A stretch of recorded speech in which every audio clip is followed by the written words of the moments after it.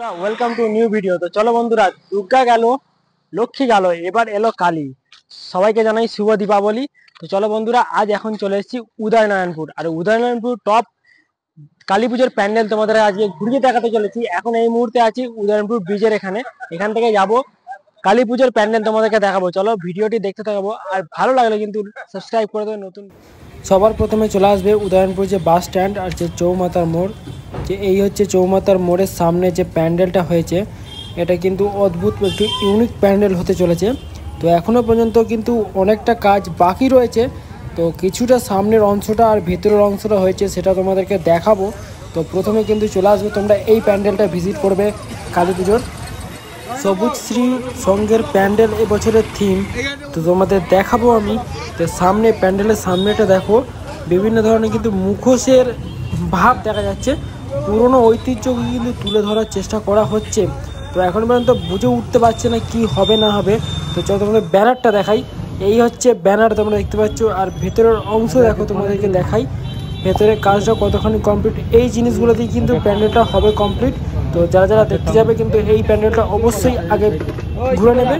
এরপরে চলে যাব তোমাদেরকে দ্বিতীয় প্যান্ডেলে নিয়ে যাব স্কুল মাঠে।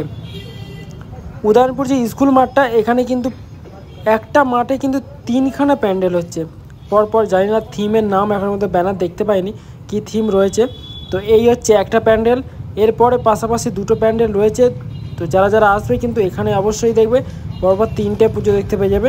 তো চলো তোমাদের এই প্যান্ডেলটার দেখাই। এই প্যান্ডেলটা তোমাদের আশা করি চেনা লাগবে, অনেকটা কিন্তু লাগছে গজার মোড়ে যে দুর্গাপুজোর সময় যে প্যান্ডেলের থিমটা হয়েছিল, অনেকটা ওরকম মনে হচ্ছে, কিন্তু জানি না কী থিম হবে এরপরে। তো চলো তোমাদেরকে ভেতরের অংশটা দেখাই বন্ধুরা আগে।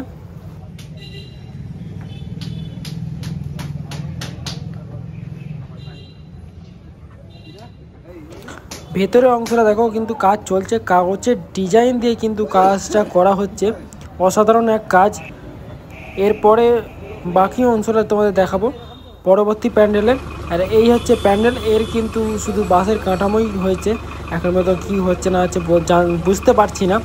তো যাই হোক, এই হচ্ছে আর একটা প্যান্ডেল। আর এরপরে কিন্তু আর একটা প্যান্ডেল রয়েছে এই বাঁদিকে, এই যে দোলনা রয়েছে, নাগরদোলনা পাশেই কিন্তু একটা ছোট্ট করে প্যান্ডেল হবে। তো এখানে কিন্তু আর একটা প্যান্ডেল আছে, এখানে কিন্তু আর একটা প্রতিমা আসবে। তো মোট এখানে কিন্তু তিনটে প্যান্ডেল এখানে রয়েছে।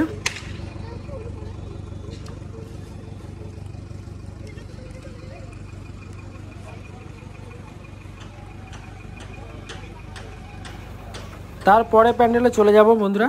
তো এই হচ্ছে উদয়নারায়ণপুর যে স্কুল মাঠটা থেকে একটুখানি এগিয়ে ডান দিকে যে রাস্তা, সোজা এটা দিয়ে চলে আসবে।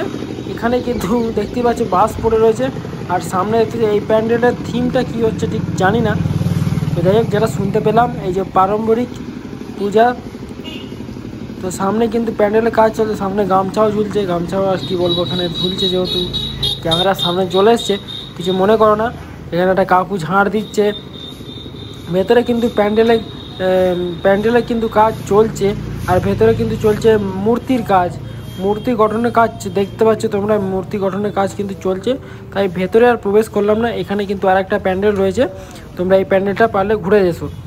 তো তারপরে প্যান্ডেলে চলে যাবো বন্ধুরা। এই হচ্ছে পারম্পরিক শ্যামা পূজা নিউ রয়্যাল সোসাইটি ক্লাবের আয়োজনে হয়েছে সিংটি, শিবপুর, উদয়নারায়ণপুর, হাওড়া। তো তারপরে প্যান্ডেল চলে এলাম, এদের কালারিং দেখতে পাচ্ছ তোমরা, সামনেই রয়েছে প্যান্ডেলটা। এর প্যান্ডেলের থিম অবশ্য, এই প্যান্ডেলের থিম কিন্তু রয়েছে সূত্রপাত।